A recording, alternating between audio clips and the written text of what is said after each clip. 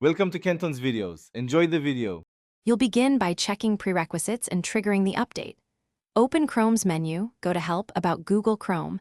This both shows your version and starts the download if an update exists. Make sure you've saved work and closed tabs that can't be restored, because Chrome may restart. Also verify you have a stable network and at least half battery or plugged in. Updates can stall on low power. Once it starts, watch the status bar so you know whether download or installation is proceeding. Once download begins, monitor the About page to see the stages. Downloading, installing, then relaunch required.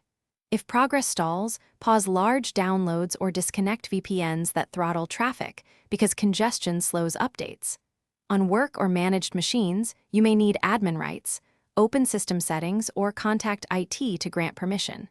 Keep Chrome open and avoid closing the About tab. This keeps the process active. Make sure extensions aren't blocking updates by temporarily disabling them if installation fails repeatedly.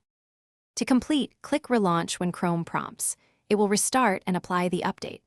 After relaunch, return to About Google Chrome to confirm the new version number and run a quick check of critical sites and extensions to ensure compatibility. If Chrome didn't update, first clear browser cache and try again, then reboot your computer. If it still fails, uninstall and reinstall Chrome to replace corrupted files. One key troubleshooting tip: on managed devices, verify update policies in Admin Console or contact IT to lift enforced restrictions.